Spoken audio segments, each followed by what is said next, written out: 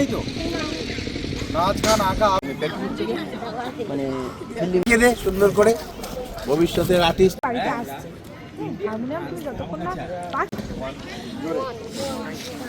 আচ্ছা, ফুটবল শিখতে গেলে কি কি প্রয়োজন হয় জানো? হ্যাঁ বলো তো।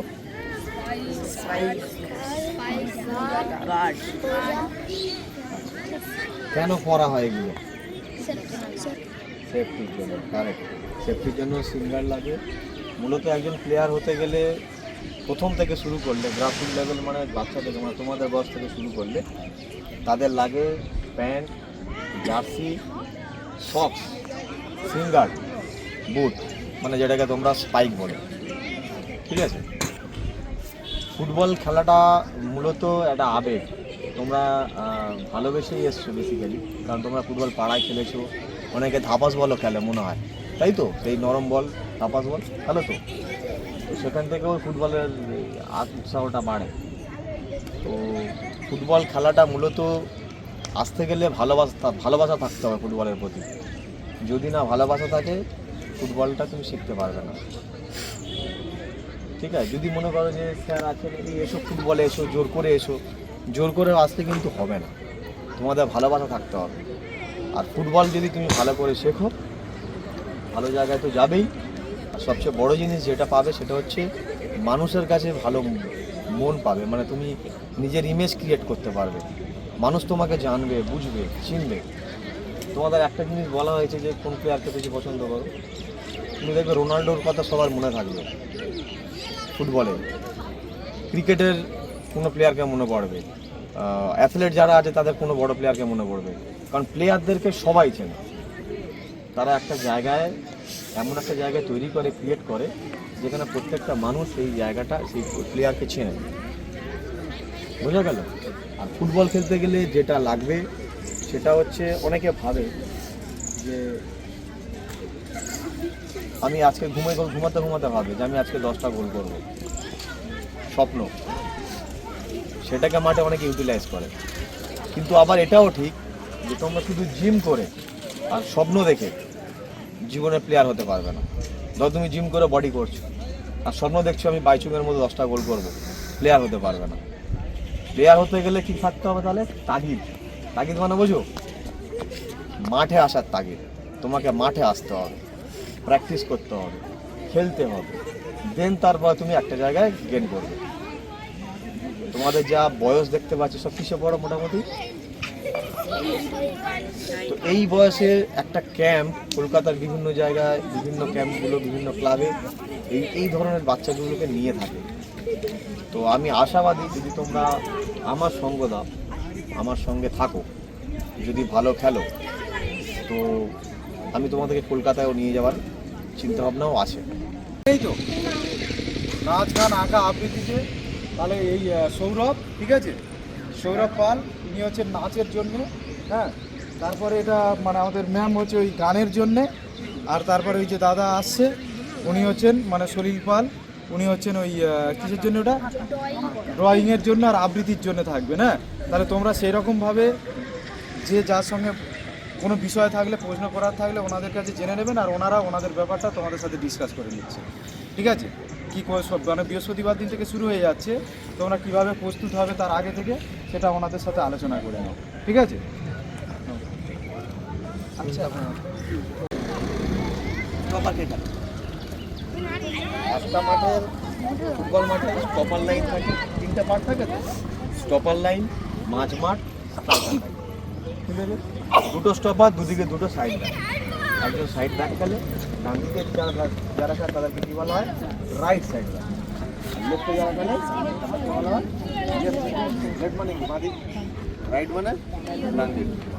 এরপরে আছে মাঝ মাঠ। মাঝ মাঠে দুজন প্লেয়ার থাকে মিডিল হাফ। মিডিল হাফ কাদেরকে বলা হয়? ওদের আরেকটা নাম বলা হয় লিঙ্ক। লিঙ্ক মানে বোঝো? মিডিল হাফের কাজ আছে স্টপার থেকে বল নেবে, ঘুরে গিয়ে স্ট্রাইকারকে বল দেবে। স্ট্রাইকার কী করবে? গোল করবে।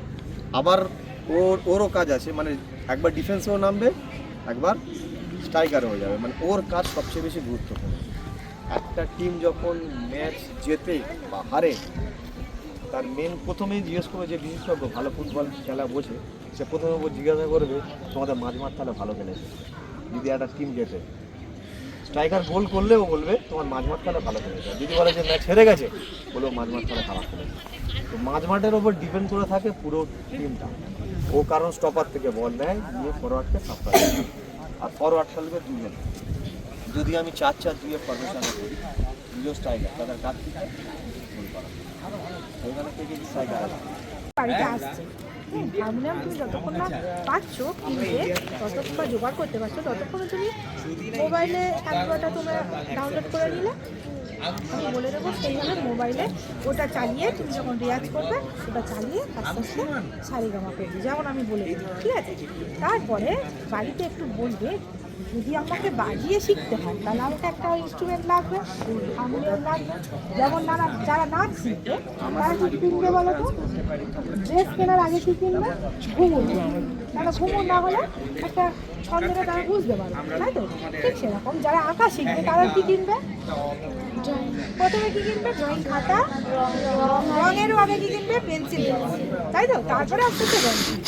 ঠিক সেরকম গানটা শেখার আগে আমার গানের ইনস্ট্রুমেন্টটা লাগবে, যেটা বাজিয়ে আমি গাই, ঠিক আছে?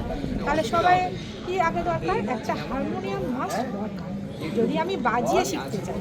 যদি মুখে মুখে শিখতে চাও তাহলে অবশ্যই তুমি একটা তানপুরাতে হয়ে যাবে, ডাউনলোড করে নিলে হয়ে যাবে। আস্তে আস্তে এটা সবাই মাথায় রাখো।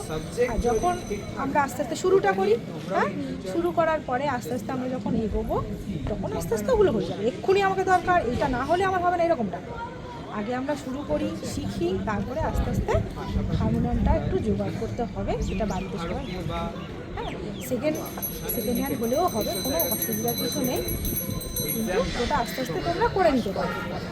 আগে আমরা সুন্দর করে ভবিষ্যতের আর্টিস্ট দেখে দাও। তিতলি হাত তোলো, তিতলি, পিউ হাত তোলো, রূপসা, মন্দিরা হাত তোলো, অংশুমান, শিবাঙ্কুর, সুদীপ্তা, স্বপ্না, ঋতু, পায়েল। ঠিক আছে। সরল রেখা আরেকটাকে বলে, তুমি পেন্সিলকে বলবে তুই আঁক। তাহলে পেন্সিলটা ধরার কাছে কায়দা আছে একটা। পেন্সিলটা ধরার আগে নিজের হাতটাকে খাতায় সুন্দর করে রাখ। এ তো আঁকবে, হ্যাঁ, তারপর পেন্সিলটা যে যত বড় বড় করে দেবে তার তত জ্ঞান বিচার বুদ্ধি। এরকম করে করবি, খাতাটার উপরে প্রেশার যাবে, আর বারবার মুছবি, আঁকাটা দাগ হয়ে যাবে, তাই না? একটা ছবি তুললাম ক্যামেরা দিয়ে আর একটা ছবি আঁকলাম, কোনটা বেশি সুন্দর লাগবে? ছবি তোলাটা দেখতে সুন্দর লাগবে, আঁকাটা ততটা সুন্দর হবে না, কিন্তু কাছাকাছি যাবে। বলবে এই চোখটা একটুখানি এদিকে মনিটা সরালে ভালো হতো, এইটা একটুখানি এদিকে গেলে ভালো, বলবে না? তাহলে ভুল ধরতে সবাই ওস্তাদ থাকবে। তুমি যেটা আঁকলে তার চুল চেরা বিশ্লেষণ হবে ওই রান্নার মতো, কিন্তু তোমার ছবিটার দিকে যত নজর থাকবে, আই ভিউ যেটা আমি বললাম সবসময় প্লাস করলে কি দাঁড়াবে? এইখানে নজর, তাহলে ছবিটা তোমার তত পরিপূর্ণভাবে তোমার হাতে চলে আসবে। তাহলে তিনটে জিনিস লাগে যেটা দিয়ে আমি আঁকবো।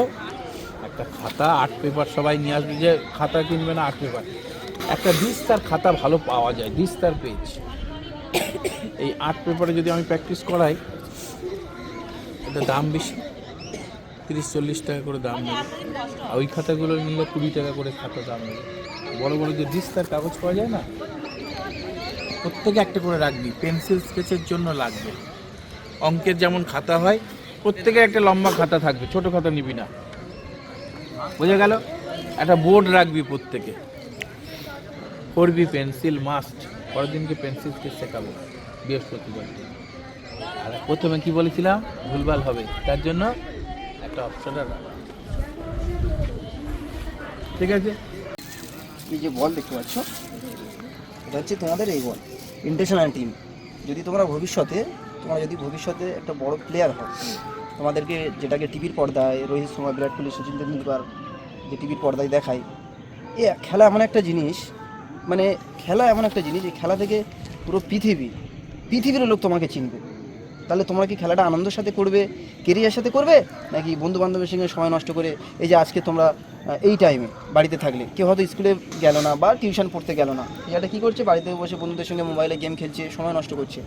তোমরা যদি এই ক্রিকেটটা বা যে কোনো যার ফুটবলের কেরিয়ার আছে, সব জায়গায় তো আছে, ইন্টারন্যাশনাল টিমে তো আছে, তোমরা যদি ভালো পারফরমেন্স করো, আমি তো কলকাতায় ক্লাবে প্র্যাকটিস করাতে যাই, তোমাদেরকে সেখানে সুযোগ করে দেবো, ঠিক আছে?